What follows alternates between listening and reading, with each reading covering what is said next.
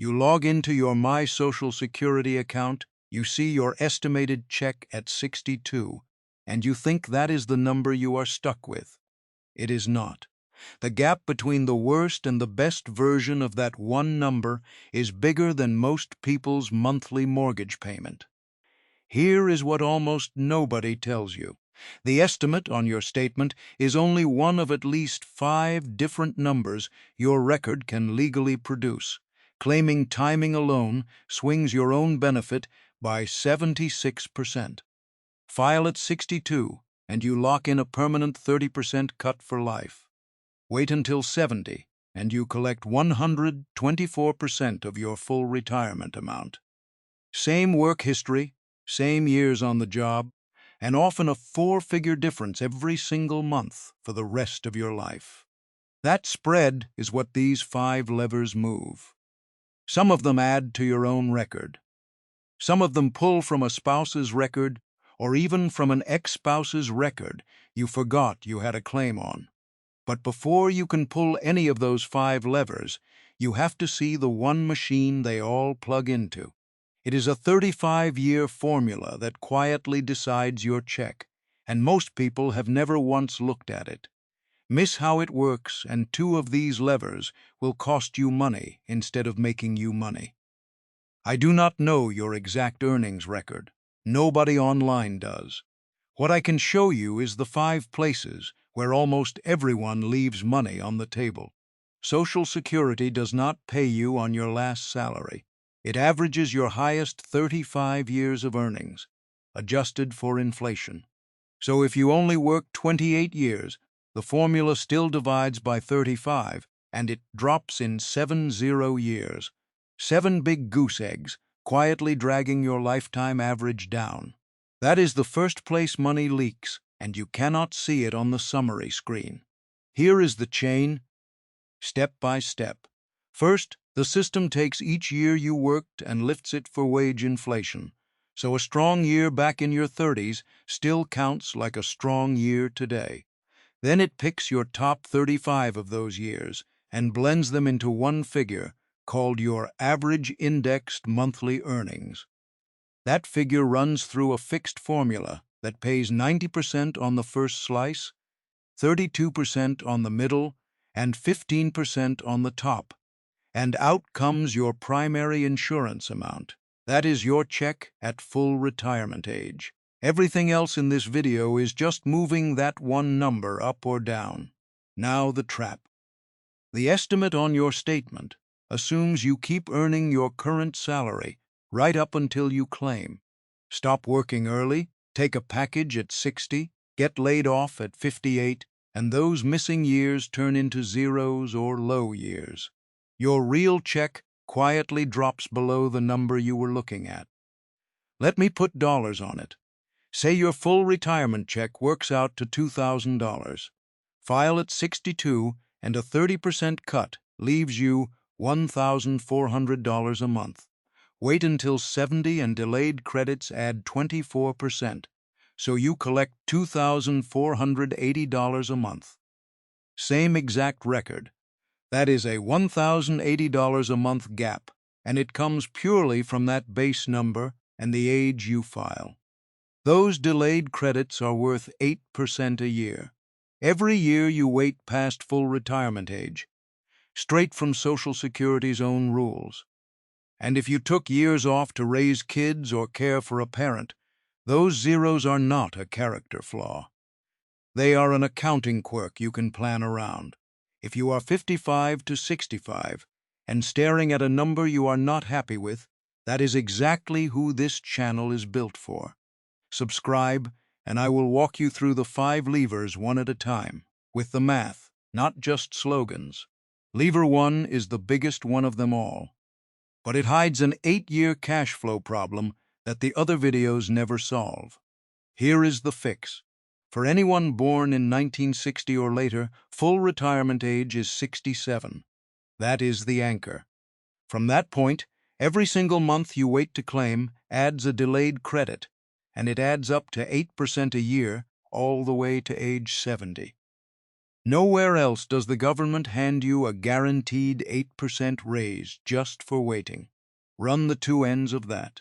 If your full retirement check is $2,000, filing at 62 hands you a permanent 30% haircut, so $1,400 a month. Waiting to 70 adds 24% on top, so $2,480 a month. That is $1,080 more every month and roughly $13,000 more a year for the rest of your life. Identical earnings record. The only thing that changed was patience. Here is what the other videos skip. Waiting until 70 is useless advice if you cannot pay the bills from 62 to 70.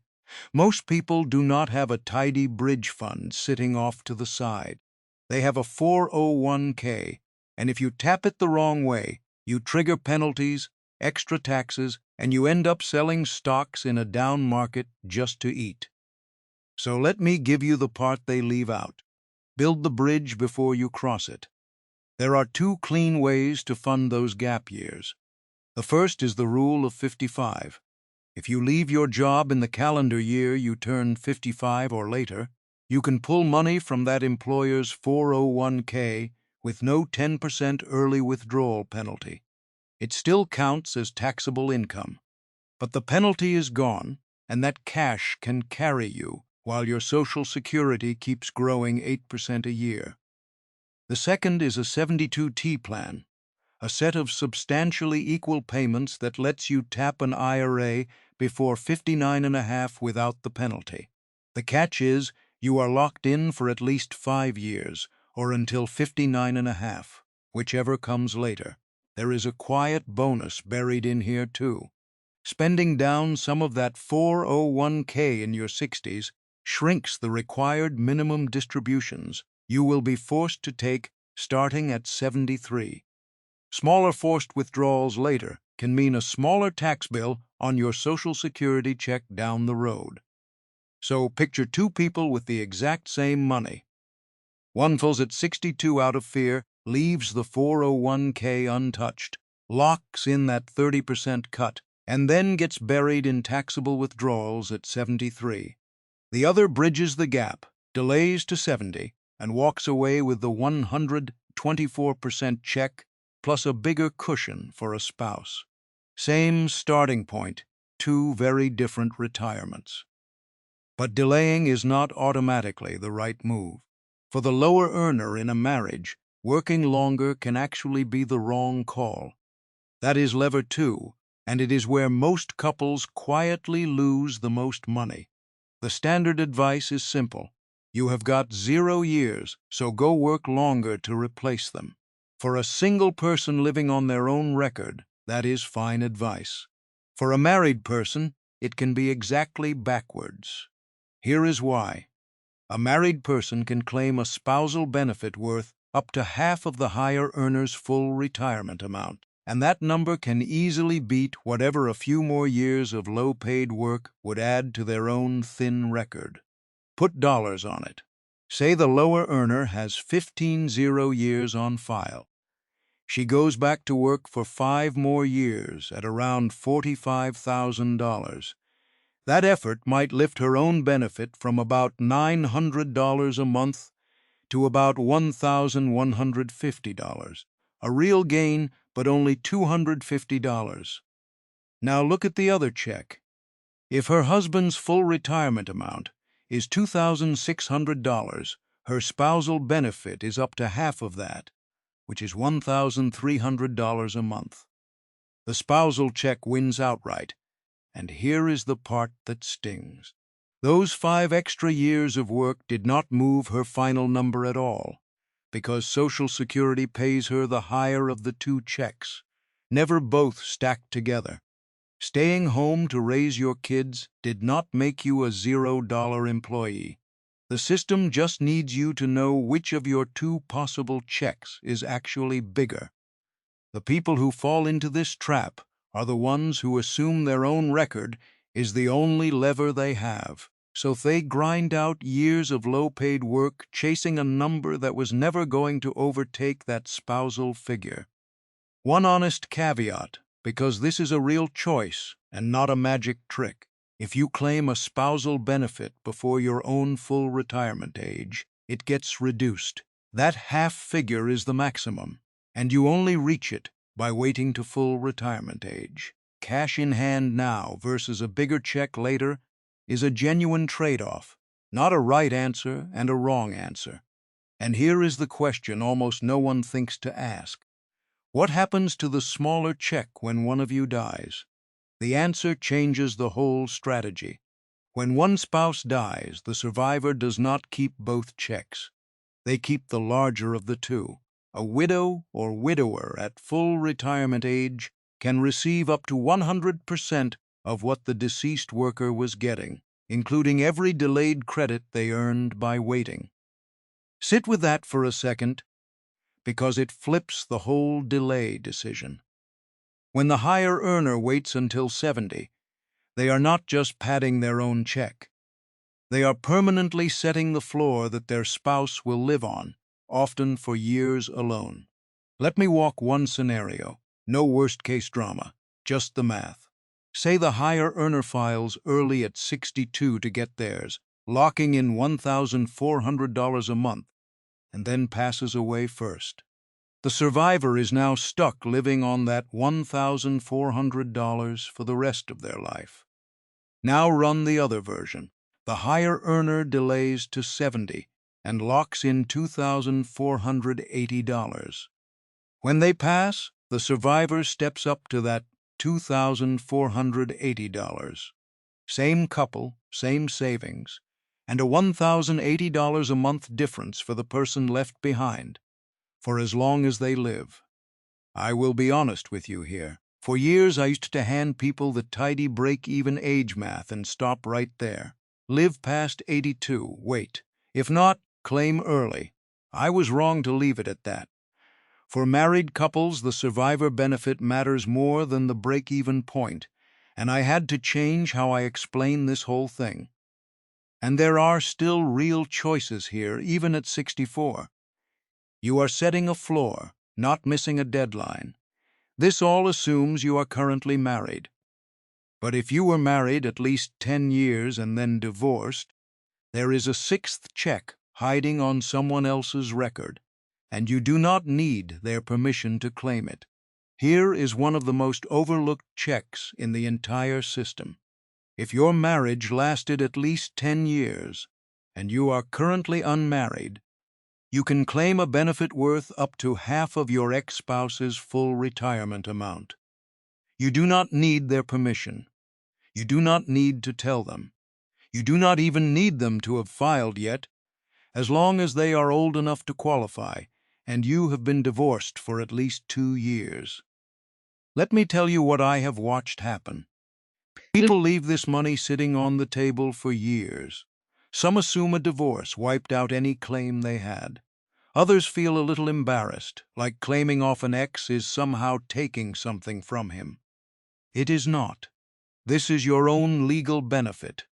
Claiming it takes nothing away from him, nothing from his current wife, and nothing from anyone else on his record. The action here is simple. Pull both records, compare half of his full retirement amount against your own benefit, and you receive the higher of the two, never both. For someone with mostly 0 years on their own record, an ex-spouse's record can be worth many hundreds of dollars more every month. If you were married 10 years or longer, and this is the first time anyone has told you this, drop the words divorced. Check in the comments so other people in the same boat see they are not alone. One more lever left, and it is the one that can quietly erase a 5-figure mistake already sitting in your file right now. Your benefit is only as accurate as the earnings Social Security has on file for you. And those files have holes in them more often than you would think. An employer that never reported a year, a name change after a marriage, or a divorce that split your record in two, a stretch of self-employment that quietly slipped through. Any one of those permanently understates your lifetime average, which permanently shrinks your check. This is the 10-minute fix that almost nobody does. Open your My Social Security account, scroll down to the year-by-year earnings column, and just read it. Look for any year you know you worked that shows a zero, or a number that is obviously too low. Then pull your old W-2s or tax returns and match them up.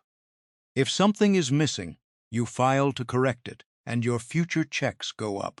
Now, two things have changed recently that a lot of older videos still get flat wrong.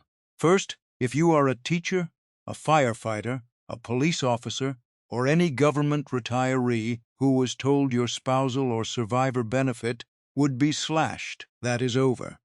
The Social Security Fairness Act, Public Law 118-273, signed on January 5, 2025, repealed the two rules that used to cut those benefits. They are payable in full now. Second, on taxes. You may have seen headlines shouting no tax on Social Security. That is not quite what happened. What actually passed was a temporary senior deduction, $6,000 per person, age 65 and older, or $12,000 for a couple where both are 65 and older. It phases out once your income climbs past $75,000 for a single filer, or $150,000 for a couple. It is a deduction, not an exemption, and that is a real difference. And if part of you quietly believes it will all be gone before you ever get there, take a breath. The program is funded by ongoing payroll taxes coming in from every paycheck. Even in the gloomiest official projections, it keeps paying the large majority of scheduled benefits, not zero. Planning still beats panicking. 5 levers, 1 machine. The only thing left is the reason most people still will not pull them. Let me leave you with the real reason most people still file at 62, even after hearing all of this. It is the bird in the hand. Part of you fears the system will not be there, so you grab what you can right now. That instinct kept our ancestors alive. Here it can cost a surviving spouse over $1,000 a month. It is normal. It is not foolish. But it is worth catching before it makes the decision for you. So here is the one mental shift that changes almost everything. Stop asking, when do I break, even if I live to 85? Start asking, which choice protects the person who outlives me? That single question flips most claiming decisions on its own. A fast recap of the 5 levers. Know the 35-year machine that builds your check. Delay the higher earner and bridge the gap with the rule of 55 or a 72T. Compare your own benefit against the spousal one. Check for a divorced spouse check hiding on an ex's record. And fix any earnings errors using the current rules, not some video filmed before 2025. None of this asks you to earn more money or become a finance expert. It asks you to know which of your checks is the biggest and then defend it. If you are 55 to 65 and you want the version of this built for your exact situation, spousal, divorced, or still working, subscribe. I make one of these a week, in plain English, with the receipts.